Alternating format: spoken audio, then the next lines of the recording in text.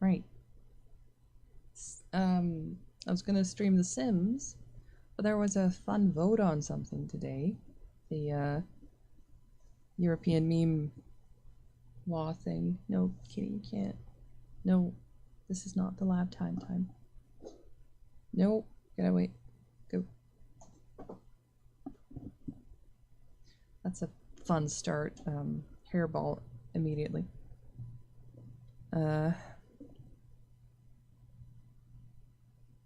Yeah. So the vote on the copyright law regarding, well, just changes to the copyright law, or is it even a law? That's yeah. Yep, directive. That's it. It. I'm already establishing that I clearly know what I'm talking about.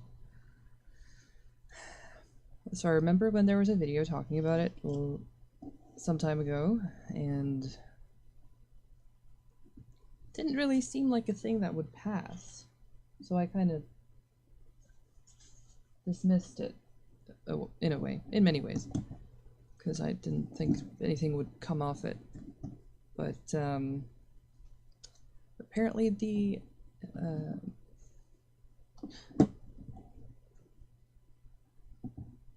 majority has voted yes this time. So perhaps the time to look into what's actually going on. Not that I could have done anything if I had looked into it beforehand, because the vote, of course, is only for members of the European Parliament, I guess. Is that what that is? I don't know any of these words in English. Hmm.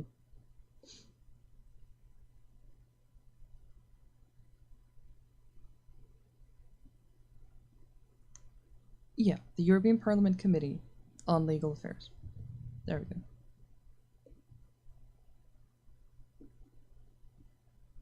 So,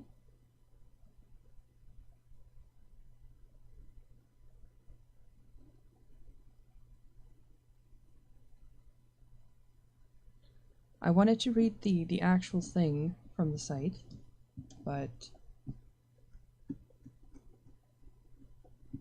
I got carried away reading the Wikipedia article. So I think I might do that here.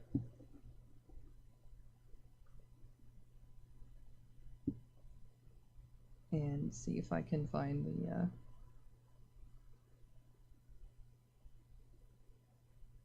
these are older ones, so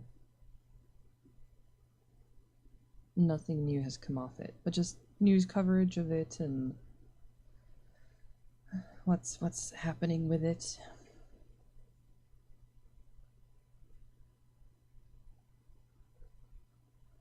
Okay, so we have the document pool for the copyright reform. We have text of GURE's proposed negotiation position. Seems fun. Gonna move this down here. Yeah. So yeah, the thing is,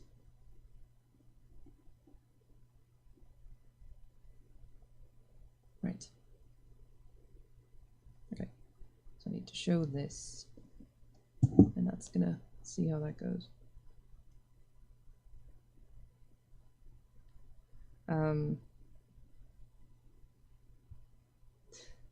Had a horrible migraine yesterday, so I can't coordinate properly at the moment. That's one reason why I'm not playing The Sims or anything else. Okay.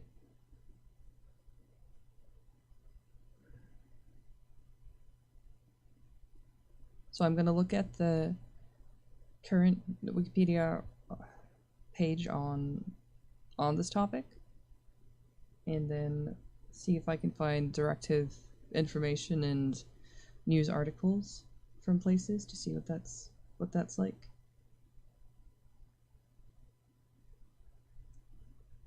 If I could get okay, fine. Yep. I'll just put that down there. Because it seems kind of relevant, I think. I'm not for me right now, but at some point I'm hoping it would be relevant.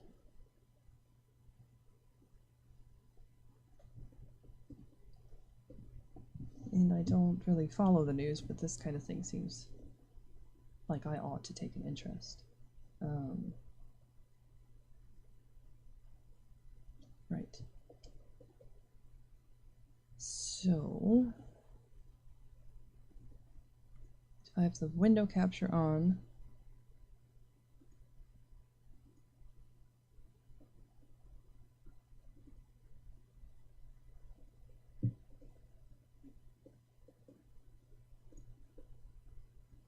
No. There.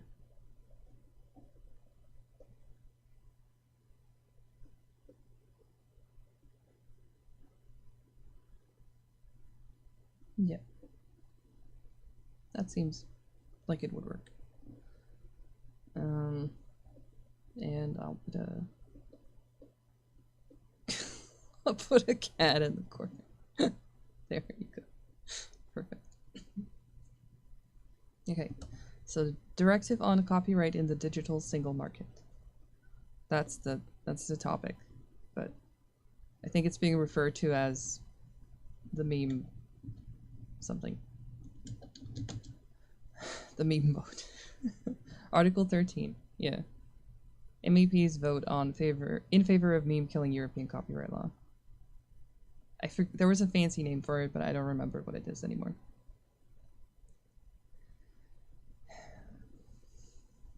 I was reading the Metro for it, and they say the European Union has voted to adopt a controversial copyright law which could ban memes and censor the internet. Which, yeah, no. I'll read the things in a bit, but so far, I think memes will keep being a thing.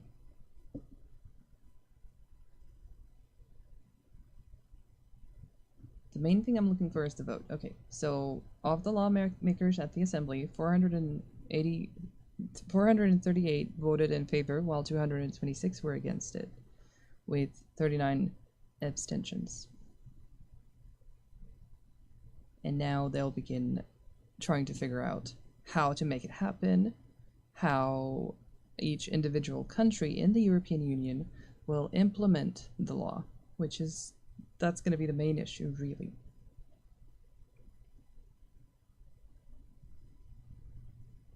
Sorry.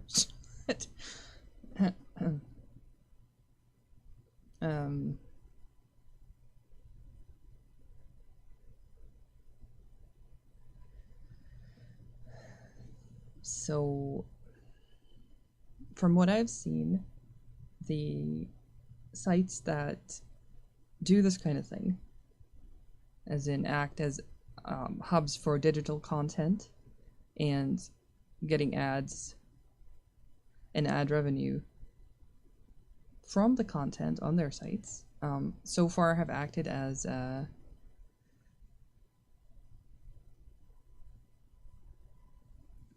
just basically like holders of the digital information. Like, they've been the hubs. And each individual creator is responsible for the thing they put out there. But now it seems that they will be more, well, more responsible for making sure that their content doesn't break copyright law. And so far, I think YouTube is a good example of this, because that's already a thing. YouTube already has the content ID system that makes it really easy to track if there is copyright content there, and it's easy to report not breaches, but if someone has stolen some of your content, then it's kind of easy to flag that and get it removed, I guess. Or at least take the ad revenue. So Google seems to have been against this vote, and I could see why. But in terms of the individual creators, it seems like artists and musicians and other creatives, like it says here, actually welcome the changes because it gives them more protection for their content.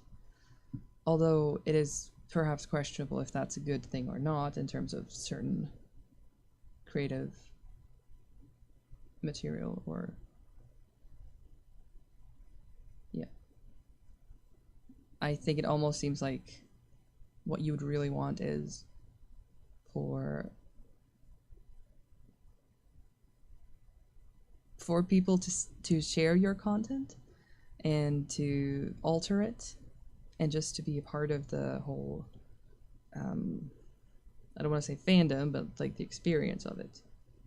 And that includes memes and compilations and art, and when I say art I mean like fan art and fan fiction and that kind of thing.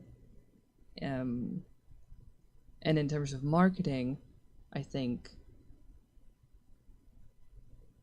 like the rather old expression that there is no such thing as bad publicity. And as long as people are talking about the product, more people will find the product. If, let's assume that it's a movie. It would be good if people were talking about it and sharing memes and things of that nature of it. But maybe the product is so pristine that nobody is allowed to touch it or like it or even talk about it, which sounds like something other than art. But yeah, so big platforms seem to have been against it, but then actual artists have been supporting it, in support of it. Not sure what this would mean in terms of international memeing, but or even locally in European countries. It's yeah, it's a thing. Who knows how they're gonna do it? Because even at the moment, the final proposal is not ready.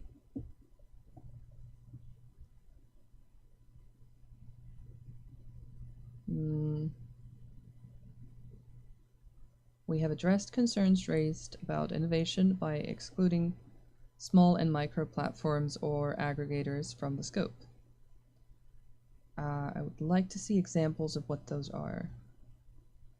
I'm convinced that once the dust has settled, the internet will be as free as it is today. Creators and journalists will be earning a fairer share of the revenues generated by their works. That sounds like a good thing. Sounds like a good thing. Depends on how it's implemented and governed. But as a thing, it sounds good. So I have a picture of my cat. And we will be wondering what all the fuss was about.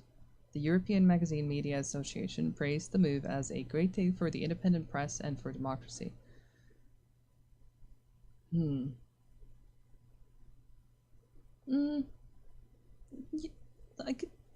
I could see that. Like if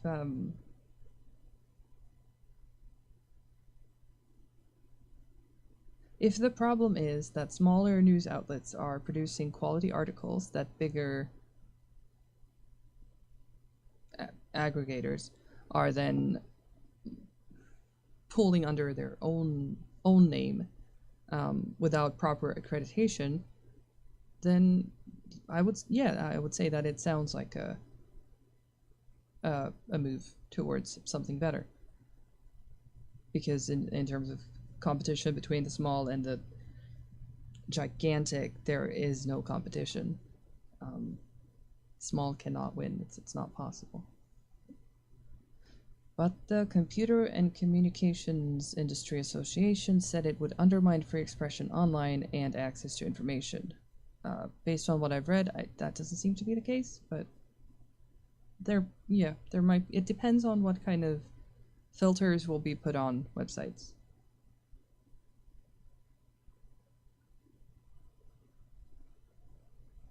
It is unclear whether the law will be introduced in the UK after Brexit.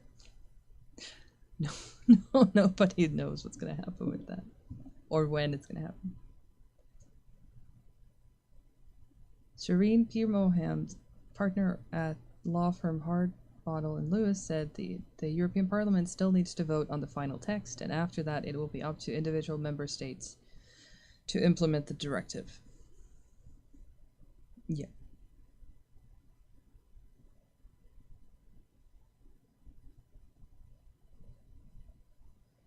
Earlier this year, the campaign group Save Your Internet wrote, "The European Commission and the Council want to destroy the internet as we know it and allow big companies to control what we see and do online."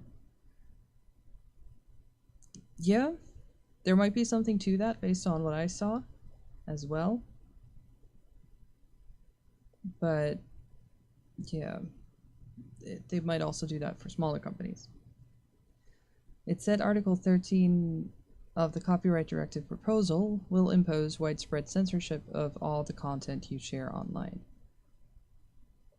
I don't believe that to be the case with the current proposal. Right. So this is the main thing.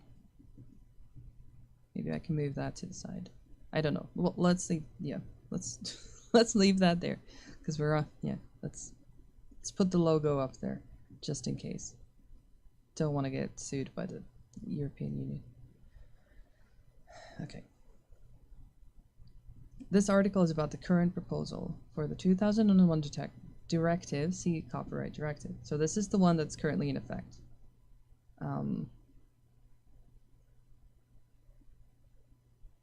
Maybe that is something to look into as well, but I feel like there's enough to unpack with this one. Oh, right, the meme ban. That's it. That's what that was called. Cool. So yeah, they started working on this, the Directive on Copyright in the Digital Single Market, 2016, 0280. So they've been working on this for a good few years, and I believe started even earlier than that. Is a proposed European Union directive intended to harmonize aspects of the European Union copyright law and move towards a digital single market. It is a policy belonging to the European single market that covers digital marketing, e-commerce, and telecommunications. So I think the keyword here is marketing. So if you're a normal person, not a business, not an internet personality, I guess, then I would see this having very little effect on you.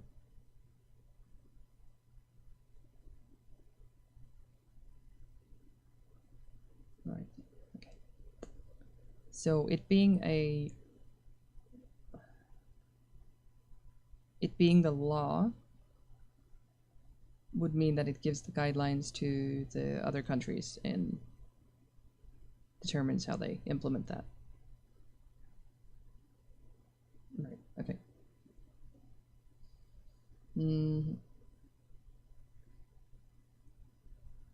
So earlier this year, the European Parliament Committee on Legal Affairs approved the proposal on 20th of June 2018, with further voting by the entire European Parliament required before it becomes a directive. On the 5th of July 2018, a vote on the directive was postponed to 12th of September 2018 due to the majority of the European Union Parliament favoring further discussion and potentially amendments. And it seems like some amendments were made, which is good. I think that was a reasonable thing to do. And yeah, I've only mostly watched PewDiePie cover this, so I don't think people have really been talking about it outside of YouTube that much. The European Council described their key goals as protecting press publications, reducing the value gap between the profits made by internet platforms and content creators. Sounds like a good thing, I believe. Encouraging collaboration between these two groups, and creating copyright exceptions for text and data mining. I'm not so familiar with this part, like what the exceptions are here. But basically, the restrictions wouldn't be as tight for text and data mining.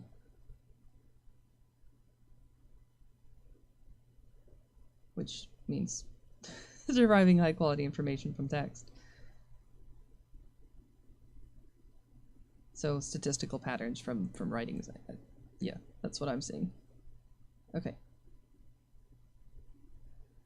The directive's special proposals include giving press publishers direct copyright over use of their publications by internet platforms such as online news aggregators.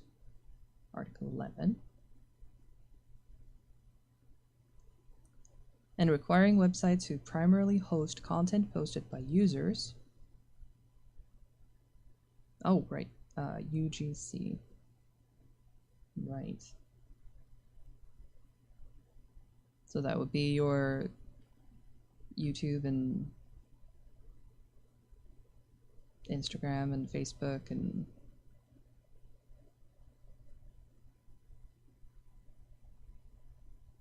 well, I would say Tumblr and yeah. Lots of examples. YouTube probably being the biggest.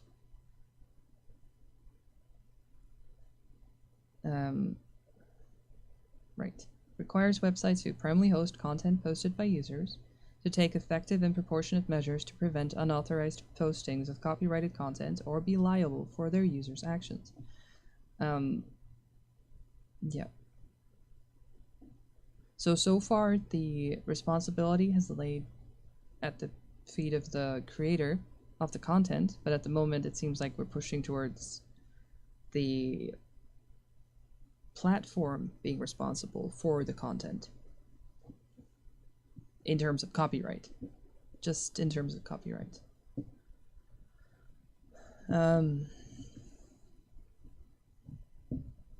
Article 11 and 13 have attracted widespread criticism from European and American parties.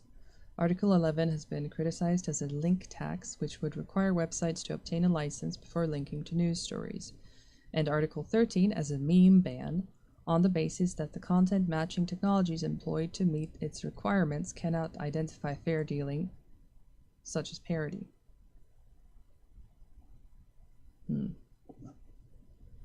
Right. Yep. So this is fair dealing is, I believe, what I would know as fair use. But yeah. Supporters of the directive, largely media groups, publishers, and content creators,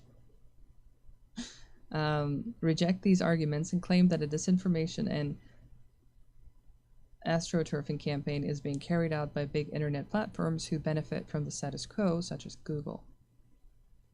Interesting.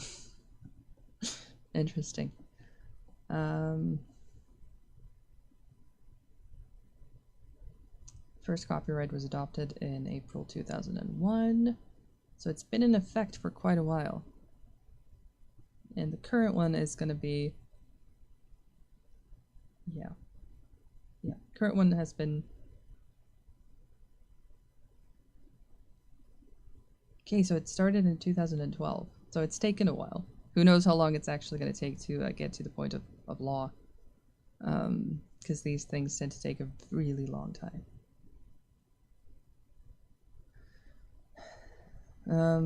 The Council of the European Union's Coreper of 25th of May 2018 approved a text which will proceed to trilog.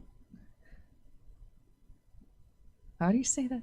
Trilogy negotiations with the European Parliament to reach a final text without the support of Germany, Finland, the Netherlands, Slovenia, Belgium, or Hungary. Okay. Alright, so my country doesn't support this. This is an interesting group of countries, by the way. I wonder why they don't support this, and what's if it is as it is. They voted yes on the directive, and for it to be moved into law, how will that affect the member countries that haven't supported the final text?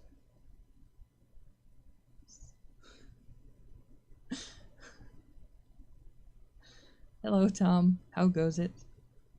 This doesn't concern you with your Brexit.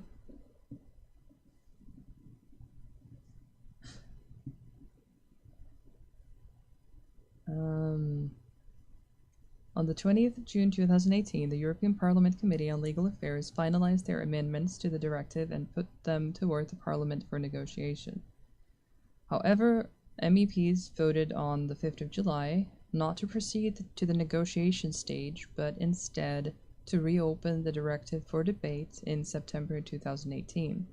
There were 318 votes to reopen debate, 278 to proceed, and 31 abstentions. Okay, so... Okay.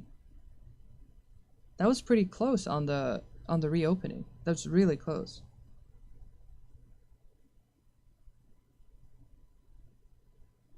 Okay, but today, on the 12th of September 2018... Oh! Oh, and this is the video game day as well. Isn't it the National Video Game Day? International Video Game Day. Interesting. An updated position of the Parliament was approved, with the final vote being 438 in favor and 226 against, meaning that trilogy negotiations can start with an expected conclusion in early 2019. What does this mean in this context? It doesn't say. It's maybe just a definition of the terms. Okay, so the other articles are apparently going to remain unchanged, but I would quickly like to take a look at... Are these the EU agreements? Yes. Well, proposal so far.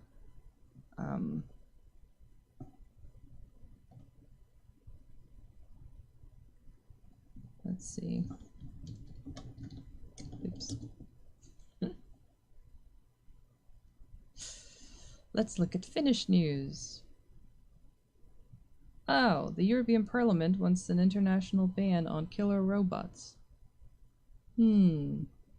Sounds like a good idea.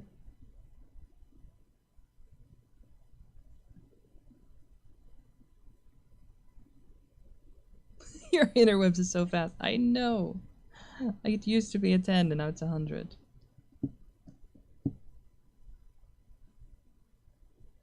It's not even mentioned here anymore. I mean anywhere, not anymore. What? Potassium tablets are running out. In pharmacies. Interesting.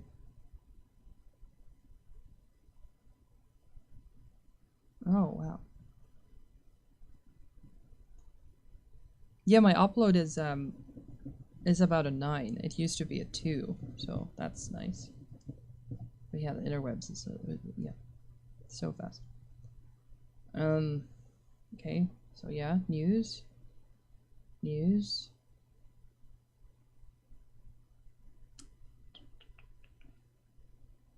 Nope, no one's talking about it. No one's talking about it. Oh, hey! The European Commission is doing a proposal on daylight savings time in Finland, in Europe. So maybe we'll end that even in the next year. Nice. What's been going on in the world today? Apparently we're gonna ban memes and daylight savings time. Schools are banning gender roles. Anyway, getting distracted. I was specifically here to look for the European Union news.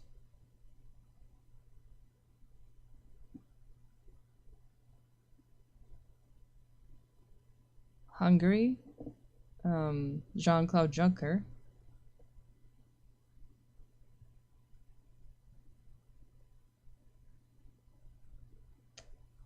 Prepare for prepare for Brexit. It's not even mentioned here. Oh God, not not Boris Johnson. Yeah, great. Where's this one? This guy. Yeah.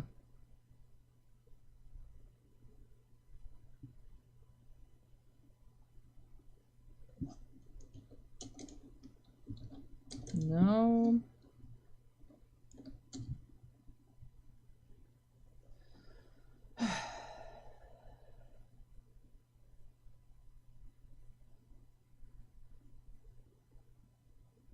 Okay.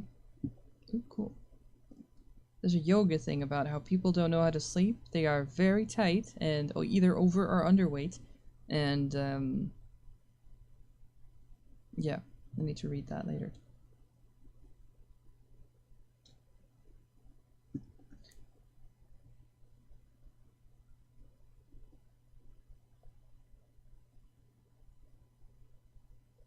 Okay. So this dude... Okay, there we go. Technology. Right. Alright, alright, alright. What?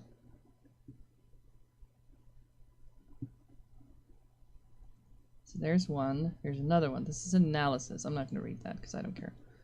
But let's see. The European Parliament has approved in its main meeting thing the debated copyright directive proposal. The reason I'm looking at this is because apparently Finland has been against this, along with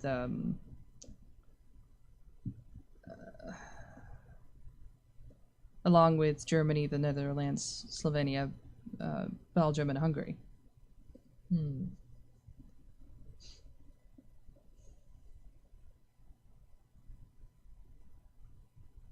So out of the Finnish ones, 7 voted yes, as in they voted for it, and 5 voted against it, and one of them was absent.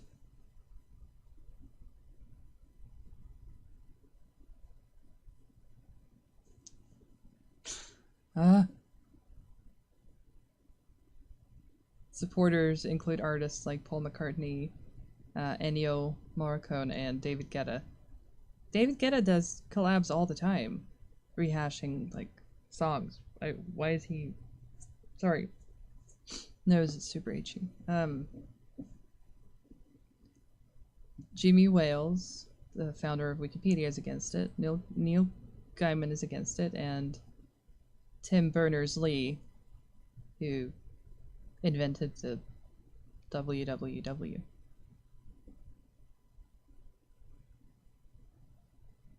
Okay. What I'm specifically looking for is what happens if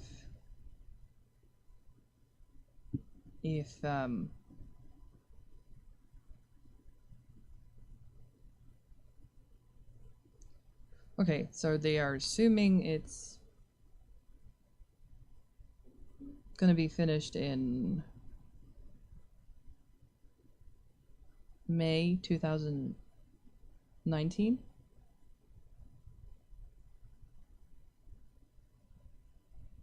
And they'll vote on it again. But then after that, there's going to be a new vote for the Parliament of the European Union. So that might throw the whole thing off.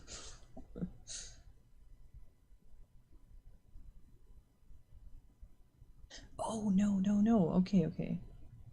No, no, no, no. So May is when the new election is. Right. Okay. So anyway, I guess that's why they're rushing it. Anyway, if it's approved, it'll end up in the hands of the Finnish government. Not sure what the full translation is. Because the local laws need to be implemented based on our system, and the putting into practice will always be on the shoulders of the member states.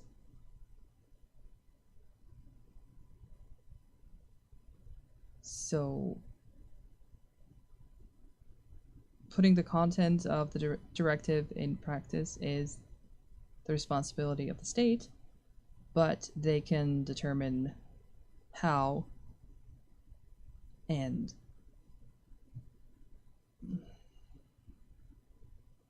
why is that written like that? Those two mean the same thing.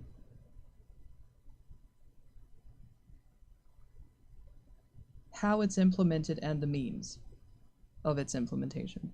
That's the that's the same thing, isn't it?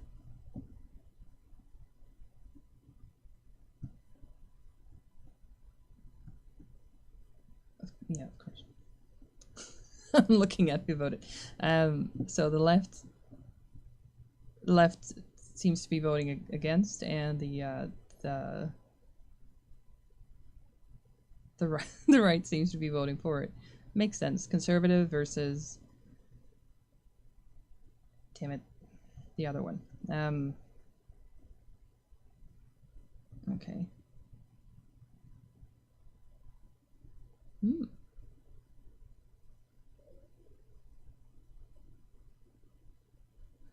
it says that the circumventing them is super easy, and the whole world should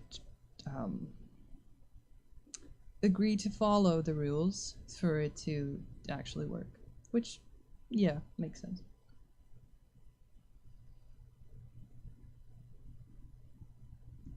Anyway, continuing down this line, this is what I was reading earlier. But yeah, even if we've not supported this, as in we as in Finland, we'll still have to implement it, of course.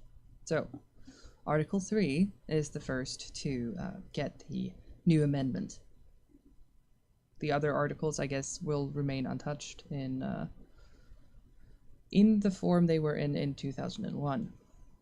Right. So, Article 3 proposes a copyright exception for text and data mining for the purposes of scientific research. The Corper version has both a mandatory and an optional extension. Depending on whether it acknowledges the public domain status of facts and information, the TDM exception could increase or decrease restrictions compared to the status quo. Since it proposes an exception,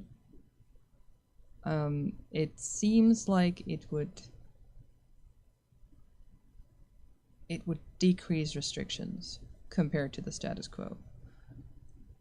I really haven't. I'm not really on top of data mining in text form, especially. I've heard of data mining in games and things, but not text itself. And I would have to really look into that to understand the implications of that. But this description seems a bit vague. If you're just deriving patterns from text, then that's just how do you even prevent that? I mean, yeah, I suppose you use algorithms to do it, and in that case, that makes sense. But it's already proposing an exception for scientific research. So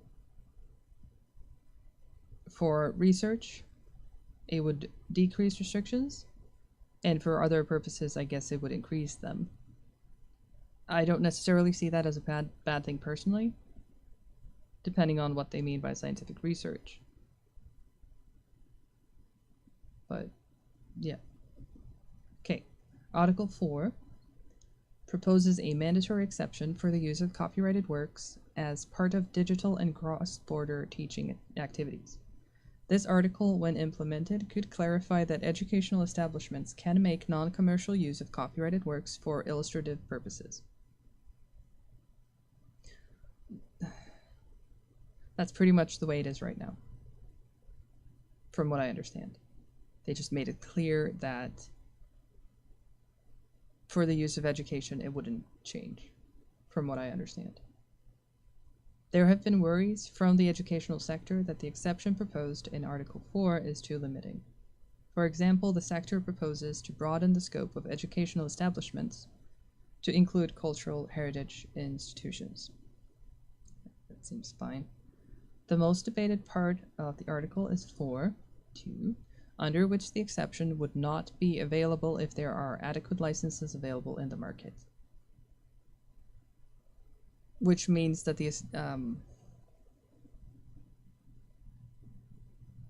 that cultural heritage institutions would need to purchase these licenses.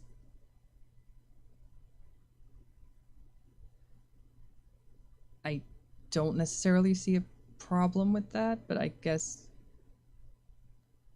assuming it's a school, then the school is getting the funding from the government anyway. And who is holding the licenses is, I suppose, then the question. The corporate version has changes to reflect the arguments of the education sector, but still includes the debated Article 4.2. I think there would be situations where licenses would be called for.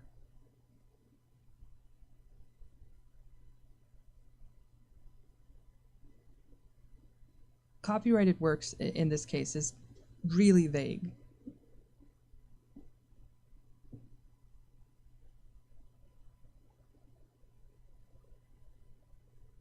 So what kind of thing do they mean?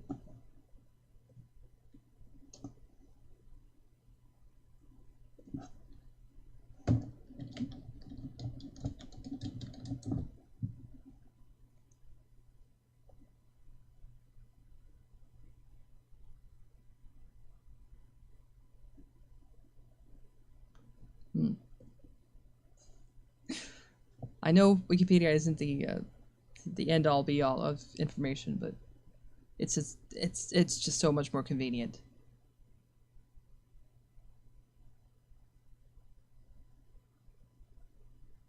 What am I looking for?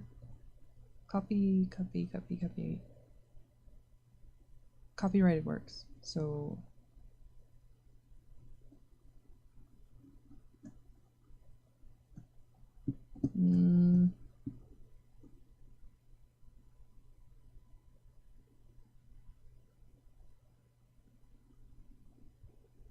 I'm looking for the definition of what falls under this.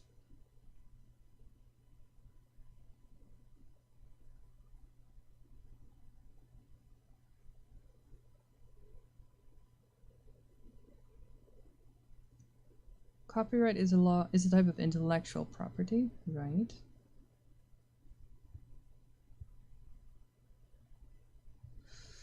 The US Supreme Court ruled in 1985 that infringement does not easily equate with death. With theft, not death.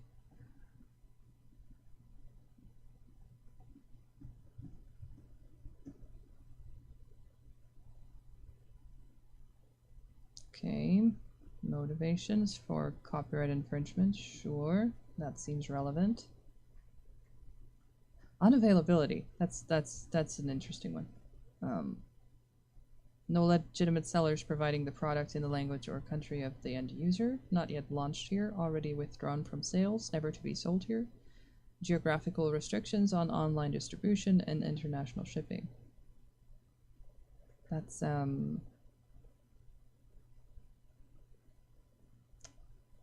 yeah. I wonder how that would affect a judgment on this.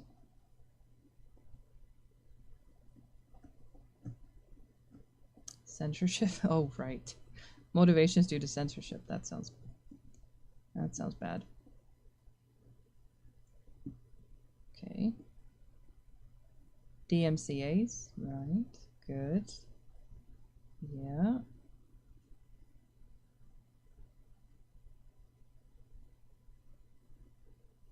Non-infringing uses, non-infringing types of works. Okay.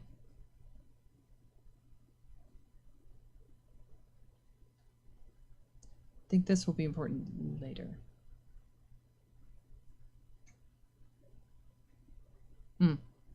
Okay. Okay. Got it. That's gonna be relevant later. There was a, I read this page earlier, and that kind of covers what I was thinking about it then. But works, I guess, means music or literature or yeah. I wish we had a list of what falls under copyrighted works. I was hoping it would be in here, but I don't see it. Right. Okay.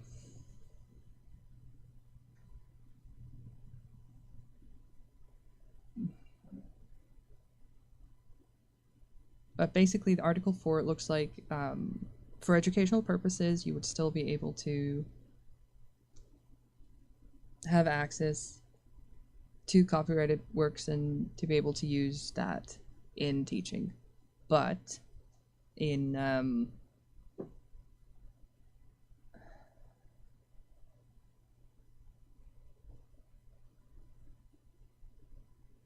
some situations, you would have to purchase a license if there are adequate ones at your disposal on the market. Seems reasonable. Okay, Article 11. So Article 11 and 13 are like the main ones. People are really hyped up or riled against these two. Article 11 extends the 2001 Copyright Directive to grant publishers direct copyright over online use of their press publications by information society service providers.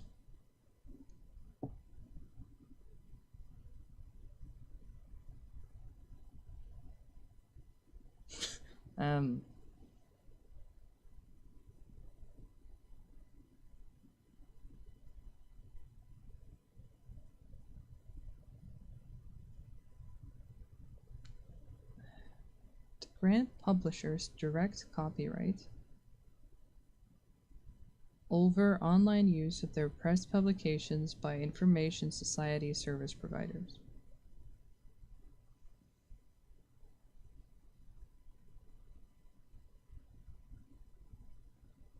So the publishers would own the right to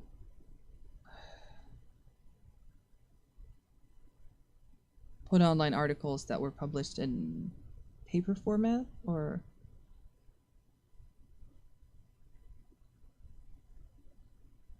what's an information society service provider? What is that? ISSP, what? Okay. I'm assuming it's a journalist who writes something for a newspaper, and then the publisher decides that they want to put the content online, and they will automatically be granted that right. Whereas before, like it says in the next part, under current EU law, publishers instead rely on authors assigning copyright to them and must prove rights ownership for each individual work. Yeah, so the author possesses the copyright and then gives the publisher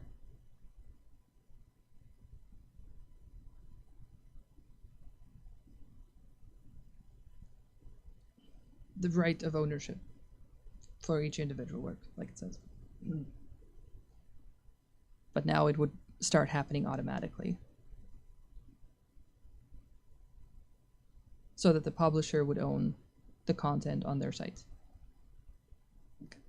instead of the author themselves exclusively. There seems like it's a little okay, some strange overlap there, but yeah, okay. The proposal attaches several new conditions to the right, including expiry after 1 year and exemptions for either copying an insubstantial part of the work or for copying it in the course of academic or scientific research.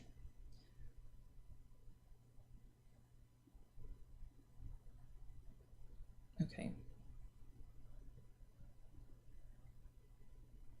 Yeah, so if you only copy a small part of it, insubstantial is, I don't know what is that, 10% of the word count? Who knows? Probably when they implement it in law, it's going to be more specific, I would hope. Small part of it, or if it's for the course of academic or scientific research. I would assume that includes papers written on it.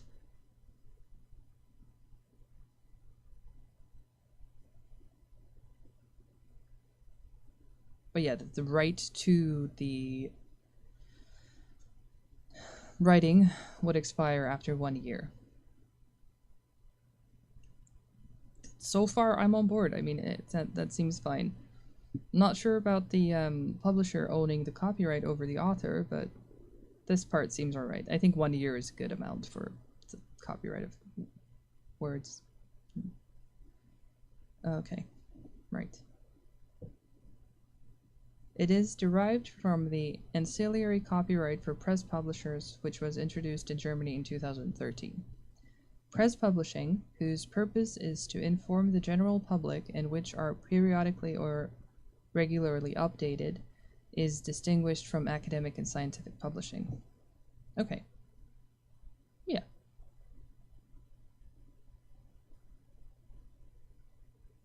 Uh-oh. Looks like people were against this. I don't speak German, so I'm not sure. The so-called ancillary copyright for press purposes is a proposal incorporated in 2012. Okay, it doesn't actually tell me anything except of... Okay.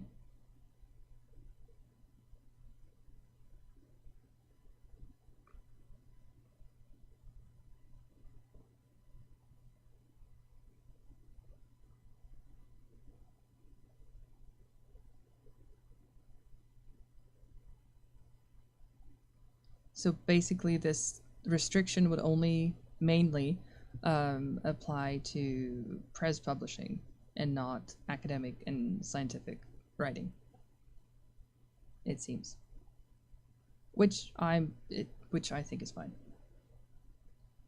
In their explanatory memorandum, the Council described existing rights enforcement for online use of press publications, sorry if you can hear weird growling, that's my stomach, as complex and inefficient. Yeah. Very inefficient, very complex. And draw particular attention toward the use of news articles by news aggregators or media monitoring services for commercial purposes and the problems faced by press publishers in licensing their work for such services. A study commissioned by the European Commission, which analyzed the implementation of similar laws in Germany and Spain, with the latter having notably resulted in discontinuation of Google News in that region, found that newspapers actually benefited from the increased exposure and in turn ad revenue from traffic that news aggregation platforms attach to their online articles, noting that the German and Spanish cases show that the law can create a right, but that market forces have valued this right at a zero price. This is kind of like what I was talking about earlier, where I think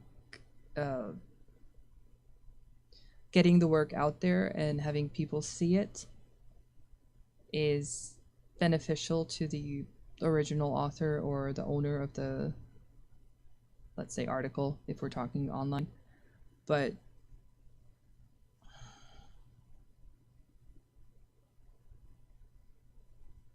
I don't.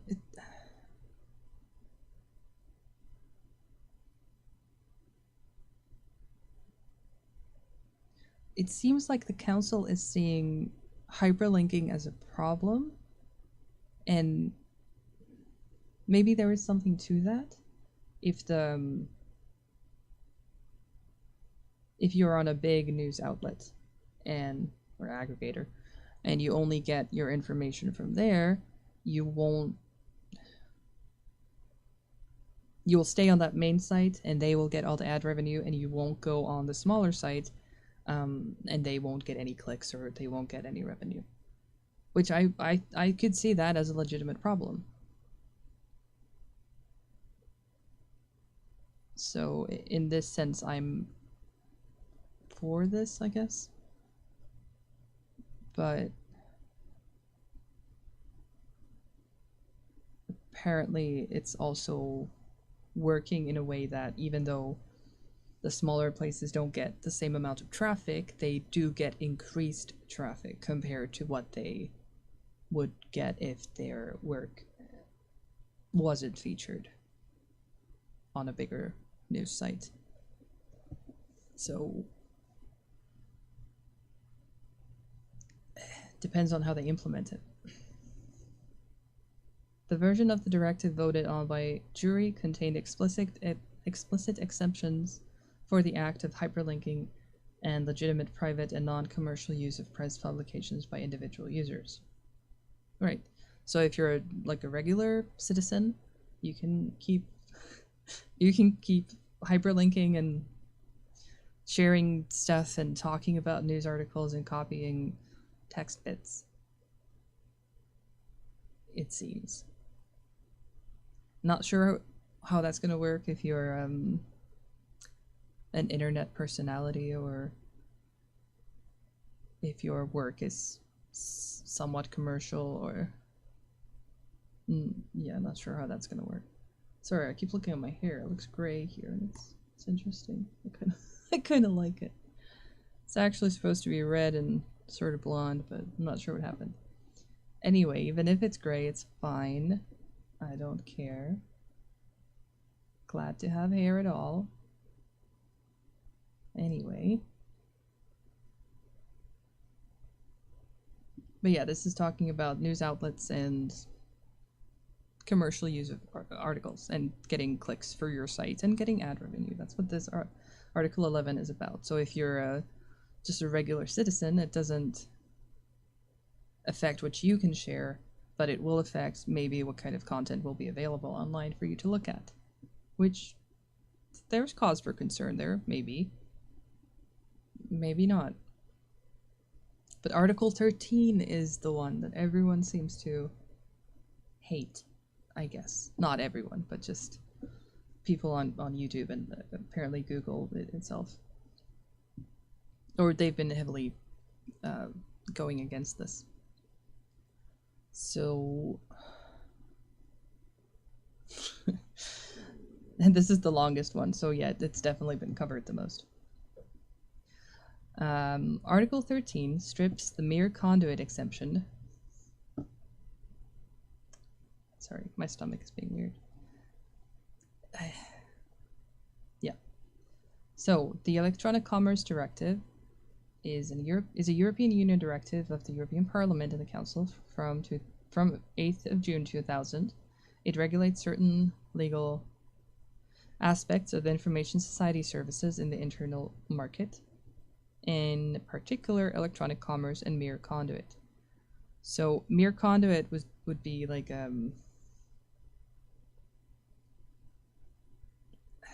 I could be wrong, but what I'm thinking of it as is a hub. So it's an information warehouse, basically. Like YouTube, like Wikipedia, like Instagram, although I'm not sure what information Instagram holds, but or Facebook, that kind of thing. So the content is created by the users, and then it's housed on this conduit where people can access it. And yeah, so far the conduit has been just a placeholder, I guess, or just a storage for the information. But now things are changing. Right, so Article 13 strips the mere conduit exemption from copyright infringement from for-profit online content sharing service providers. YouTube. It then goes on to add an exemption to liability for those who implement effective and proportionate measures to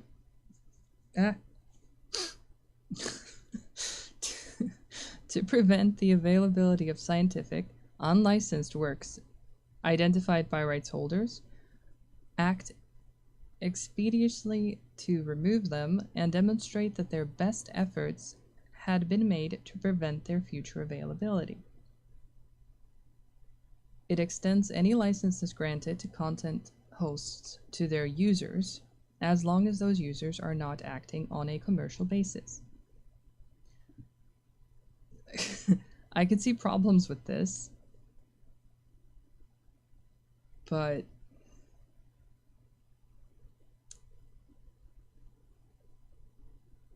right, yeah.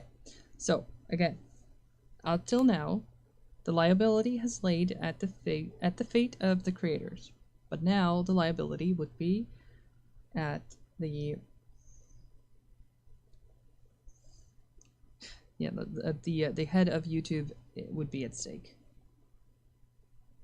unless they have demonstrated that they have tried their best.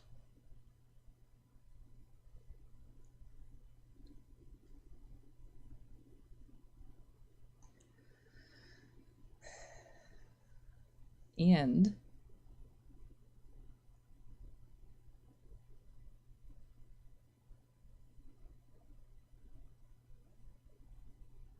it extends any licenses granted to content hosts to their users, as long as those users are not acting on a commercial basis. So, the way I see it, if you're making your meme video, as long as you don't get ad revenue from it, you should be allowed to do it. But YouTube also won't be allowed to get ad revenue from it, so maybe YouTube will just ban it on their own, or prevent you from uploading it. But,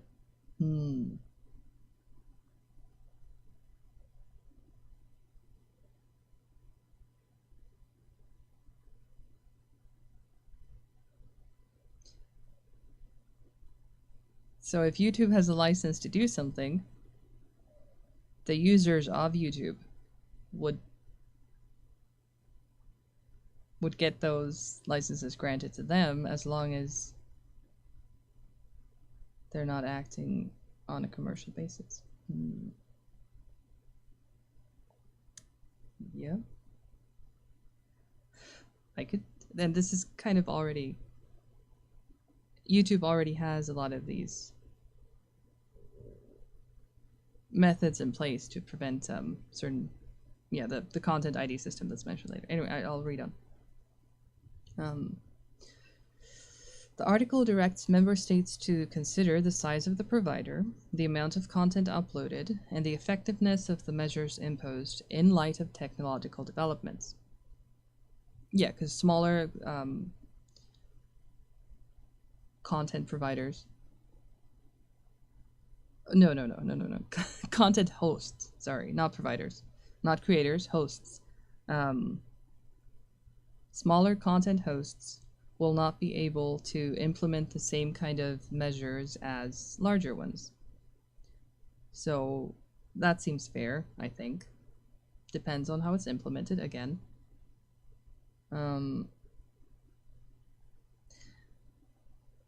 Basically, I'm saying have a reasonable system in place and make sure it stays up to date.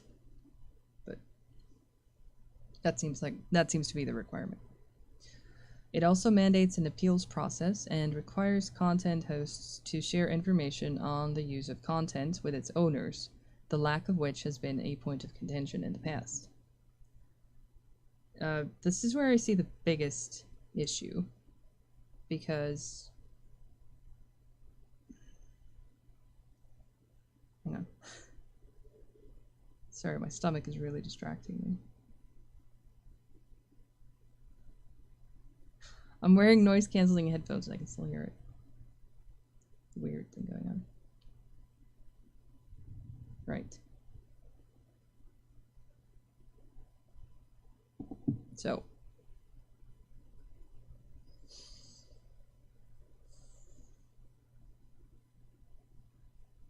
An appeals process, good. I think YouTube has that, but it takes a long time because all the cases have to be reviewed manually, probably by more than one person, and it's time consuming because there are a lot of strikes that are unnecessary, and a lot of appeals that are also unfounded, I guess. But yeah.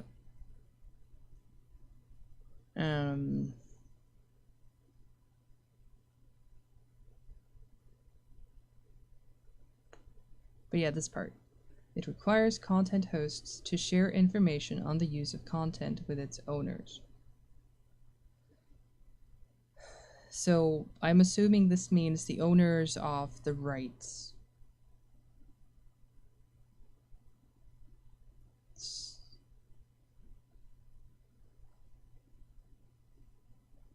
Yeah. So if you have the... If you use YouTube as an example, I'm assuming this means that Google would have to hand over data from who is using the information or content and what for. I'm assuming that's kind of information that they're asking for. And I think there could be a lot of privacy problems with that. Maybe not with Google, but still. That seems a bit vague to me. And yeah, I see this part as problematic if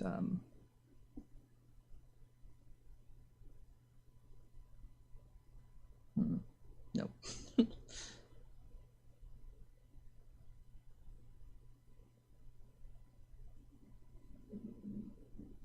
There's a thunderstorm outside. Okay. Article 13 has faced widespread criticism over the possibility that it could create a chilling effect on online expression. Although the article requires only best efforts from providers, it is widely accepted by critics and proponents alike that in order to meet the requirement of preventing future availability, larger companies would need to implement content matching technology similar to YouTube's Content ID system, which is like, this isn't a new thing, this is already happening. Yeah, YouTube is already doing this, so it doesn't really affect them that much. Critics emphasize the issue as false positives within such systems. Yes, that's also already a thing. And the false strikes and flags and things. And their inability to account for copyright limitations such as fair dealing. I'm assuming that means fair use again. Leading, they allege, to a meme ban. What are we gonna do without memes? Supporters and third parties point out that YouTube has used Content ID for a decade and yet remains a successful host for content of all kinds. Which is true.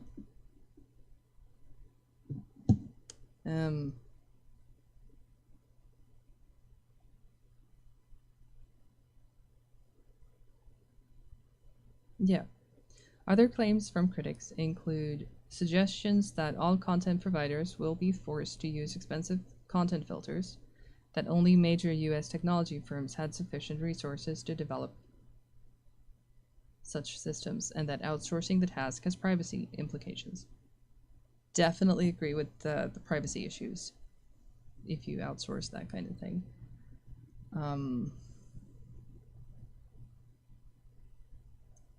And it would definitely be difficult for smaller content providers to, or not, content hosts again,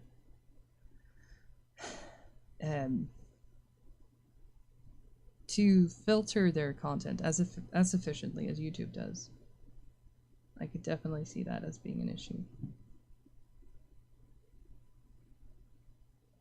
Oh, there's a lightning strike. Uh-oh.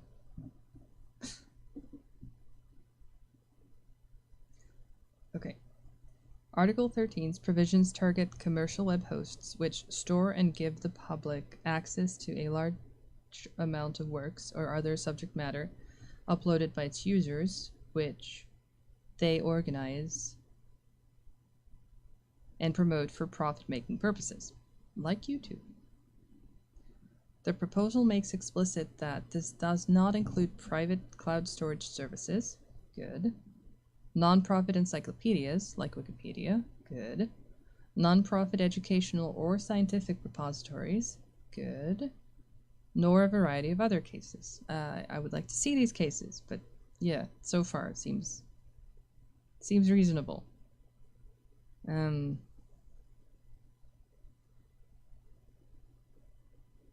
Yeah. So this mainly affects the commercial hubs,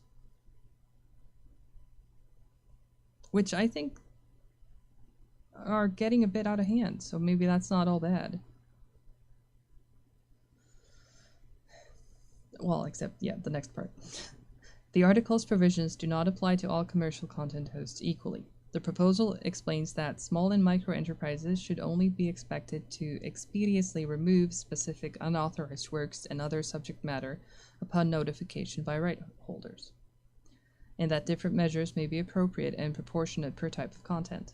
I think that sounds reasonable, and what I think that means is that instead of preventing the content from getting onto the site, it would also be acceptable for the host to remove the content once the right holder has said, hey, take this down. Which seems fair. It's going to demand a lot of man hours, but I think we need more jobs for people anyway. So that's fine. Hopefully people will still investigate the cases and not just delete videos when someone claims something. I want to know how they define a rights holder, because that seems like can anyone demand that the content be taken down? Because I think so, but would they really enforce it that strictly? Okay, fine. Article 15 aims to allow authors to increase their remuneration in some cases where it is disproportionately low.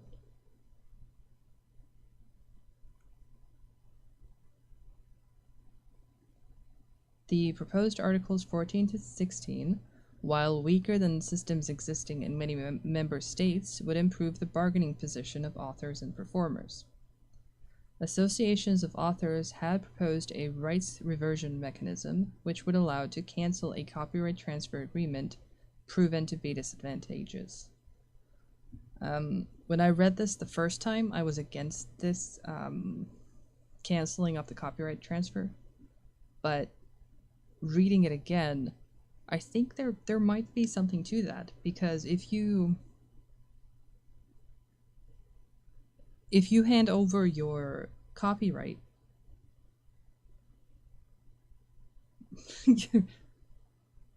is that how that even works? I think the author would still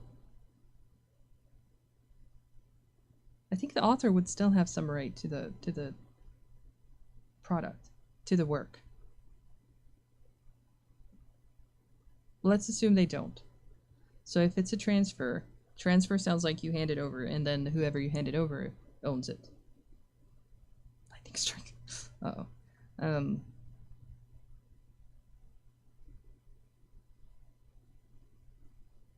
so that other entity, publisher, business, company, whatever, has the right, and then they decide that they don't actually want to do anything with it. They just want to have the right. Or they create something that you don't like, although that seems a bit petty to me. But the first part is if they grab all the rights and then just sit on them, then that seems like a situation where getting the rights back would be a good thing, I believe.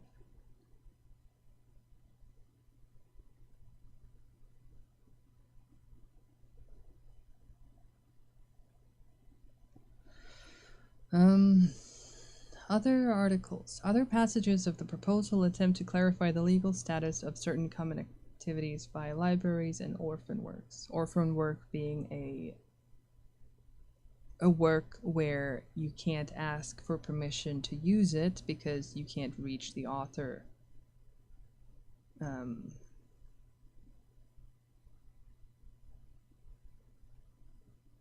So it's unreasonable to expect that you could have asked for permission if the entity or person is completely unreachable. The amendments approved by some European Parliament committees would address issues with the public domain and freedom of panorama. This was my favorite part when I was looking at this. Man, okay. Public domain, freedom of panorama. The freedom of panorama was just so, man. No. No. Okay. Not sure what they're proposing for the public domain, but basically this is items that have aged past copyright and are now accessible to everyone for use in any way they see fit.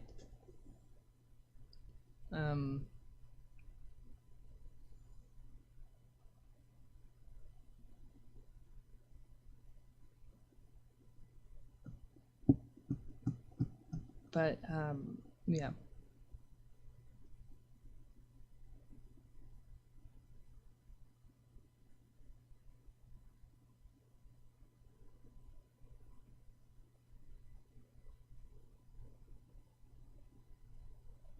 Human rights. I think whoever is in charge of this has missed the point of the thing, but okay. The Office of the United Nations High Commissioner for Human Rights raised concerns that the proposal was incompatible with the 1966 International Covenant on Civil and Political Rights. In a public letter, Special Reporter David Kay argued that the proposal's reluctance to pin down precise obligations on content hosts created significant legal uncertainty, inconsistent with the Covenant's requirement that any restrictions on freedom of expression be provided by law. He concluded that this could lead to pressure on content sharing providers to err on the side of caution. That sounds reasonable, yeah. Kay also criticized the lack of prior judicial review inherent in the system and the similarly extrajudicial nature of its appeals process.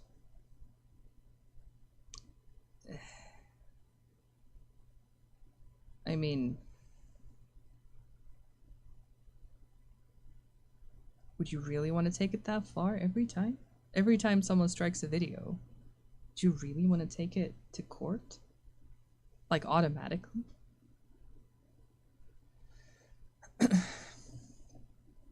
Sounds like a lot. Like I wouldn't take it that far.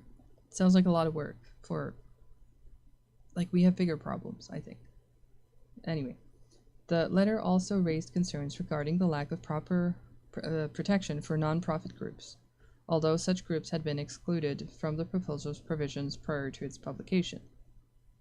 So that's not even relevant.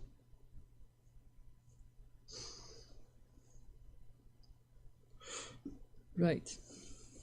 So yeah, that's a lot of that's a lot of citations. No, references.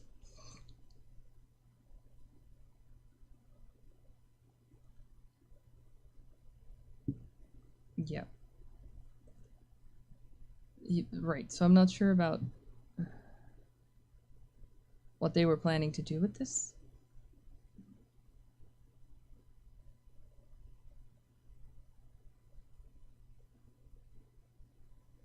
But I do know that sometimes the databases that host these have rights, and they usually just say,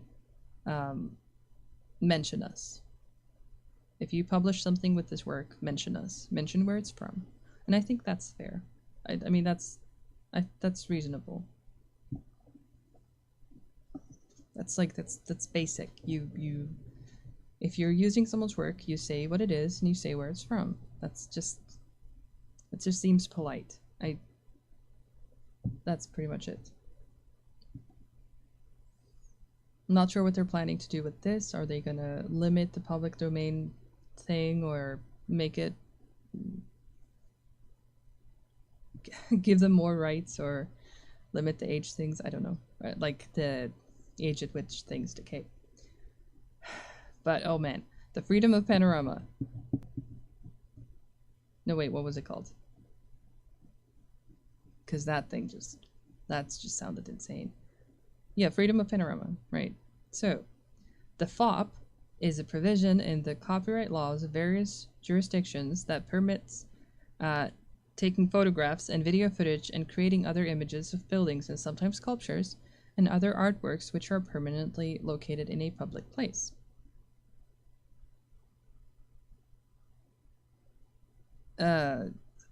So some people are against people taking pictures of houses and sculptures that are out in the public. What? I was a bit shocked when I saw this.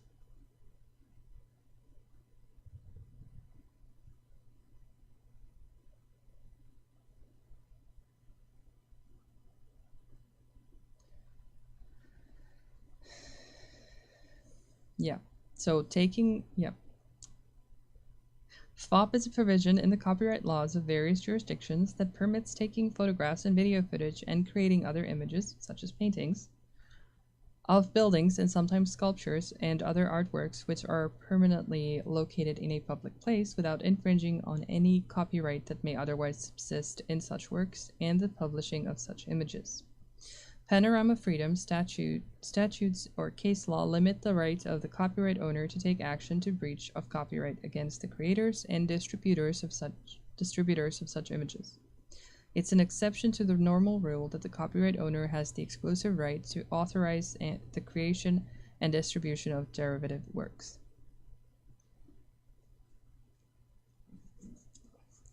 Sorry, nose keeps itching.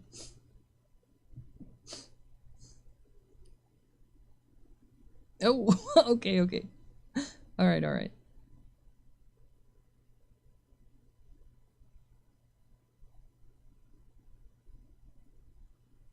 In the European Union, the directive provides the possibility of member states having a freedom of panorama clause in their copyright laws, but does not require such a rule.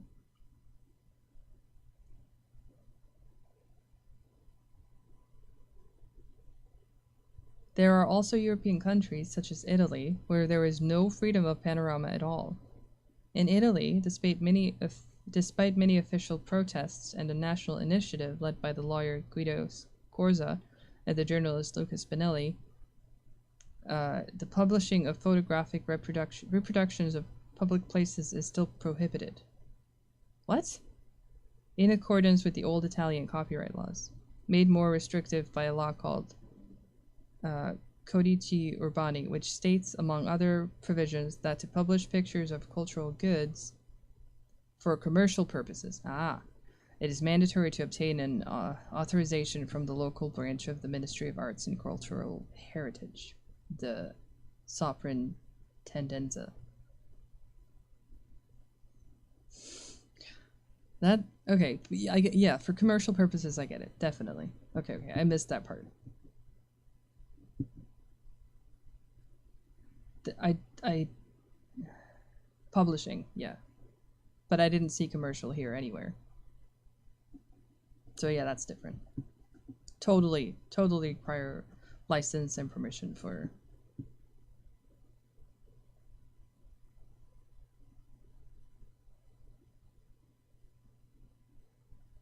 But so in Europe, it's okay, including buildings, works of art, and public interiors, right? Well, and the green bits. For yellow, oh, okay. So this is Norway and Finland, and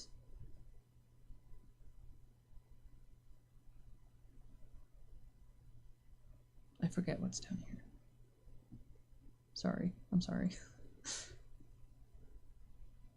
And in Russia as well. It's okay for buildings only. You can publish pictures of buildings.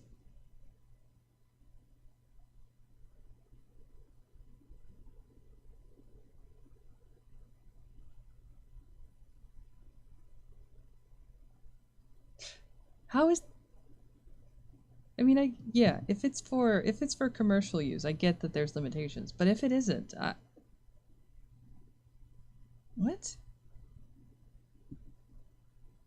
I think I'm missing. I have to be missing something.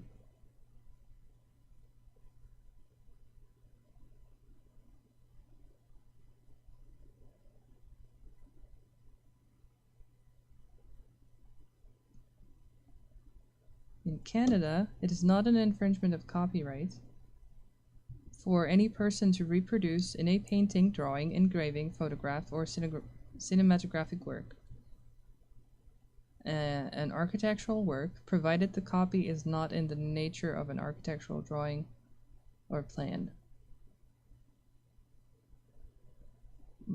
What?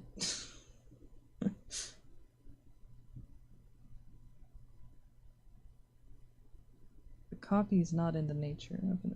Okay. Ah, right. Okay. Okay. Yeah. Okay. Yeah. A sculpture or work of artistic craftsmanship or a cast or model of a sculpture or work of artistic craftsmanship that is permanently situated in a public place or building. The Copyright Act also provides specific protection for the incidental inclusion of another work seen in the background of a photo. Photos that incidentally and not deliberately include another work do not infringe copyright.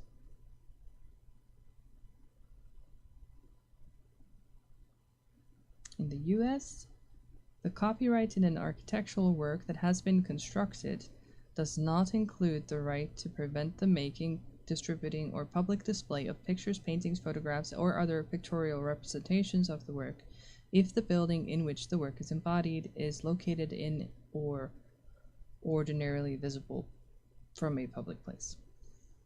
That seems, yeah.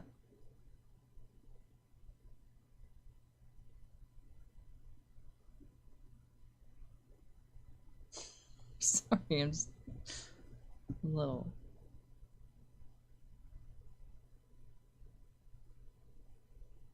Shocked here. But I was specifically thinking about it in terms of architecture.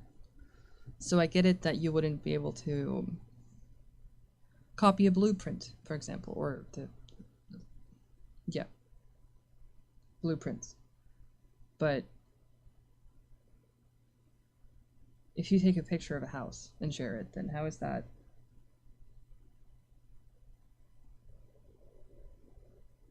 What are you stealing? You're stealing the likeness of the house? I mean, I just. But apparently in most places that is the case, that you can take pictures of houses and share it. But not the intellectual property of the blueprints and things.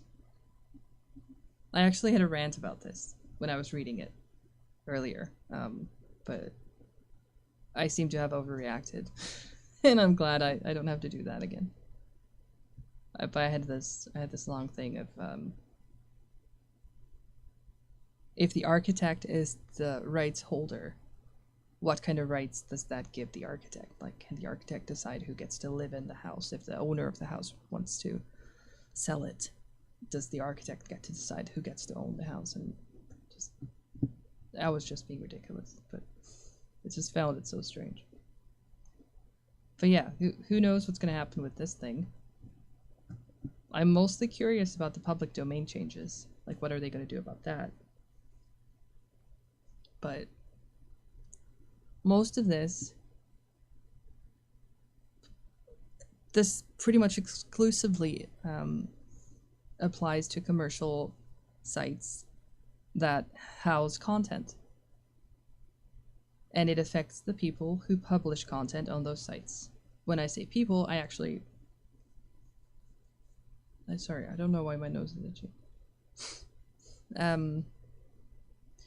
I don't mean people, I mean internet personalities, or people who who upload things for profit, for commercial purposes. So,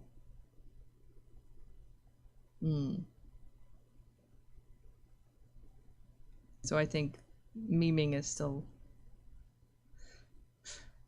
something that's gonna keep happening. At least, yeah, that's what it looks like here. Like a private citizen is allowed to share memes and make memes and right. But what I was also thinking earlier was that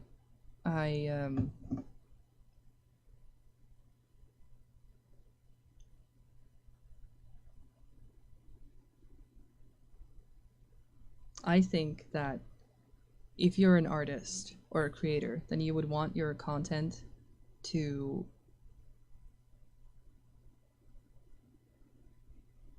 outlive you, and for that to happen, people need to take it and change it, and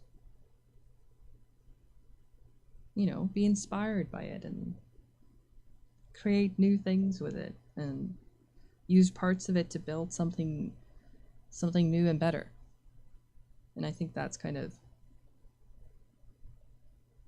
good thing. And it increases the value of the work and the product or piece of art far more than having it intact and pristine. I mean, I'm not saying go out and grab ancient sculptures and chop them and make new ones because you wanted to have a piece of that in the new one, but just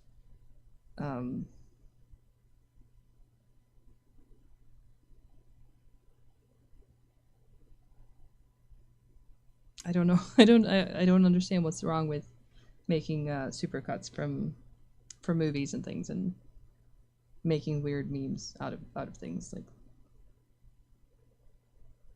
that just increases the visibility of the work and brings more people in to look at the original. Why would you vote against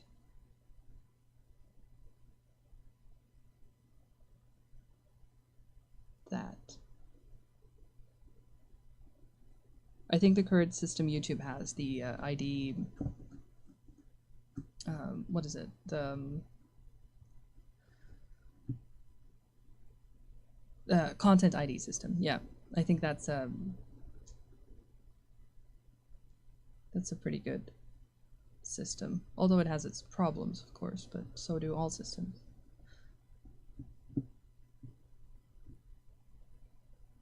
I really wanted to look at the test they did in Germany and Spain. But now I can't find it here. There we go. Google News. Right.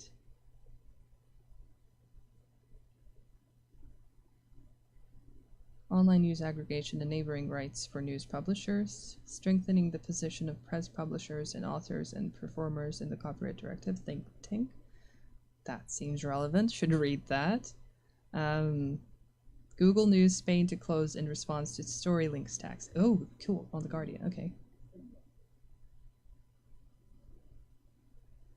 All right. Yeah, that's an old one. I'll take a look at that and then this one. Wait, what? No, it just links to the same thing. Can you not give me the...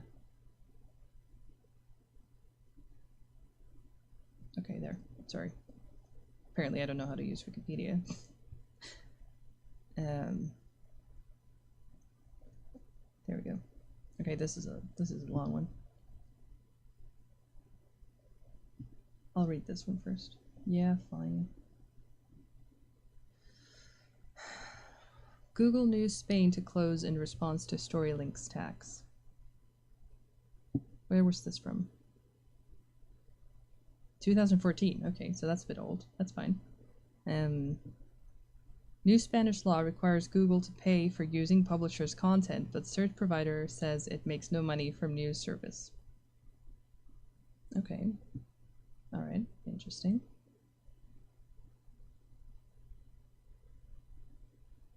Google is closing Google News in Spain and removing Spanish media outlets from the service following a row with the country's government over new legislation aimed at protecting local publishers that requires the search company to pay for using their content. The tech giant announced late on Wednesday that Google News would close in Spain on 16th of December. The spokeswoman said she was incredibly sad to announce the company was shutting the service. The Spanish government passed a new copyright law in October that imposes fees for online content aggregators such as Google News in an effort to protect the country's print media industry. The law comes into effect in January.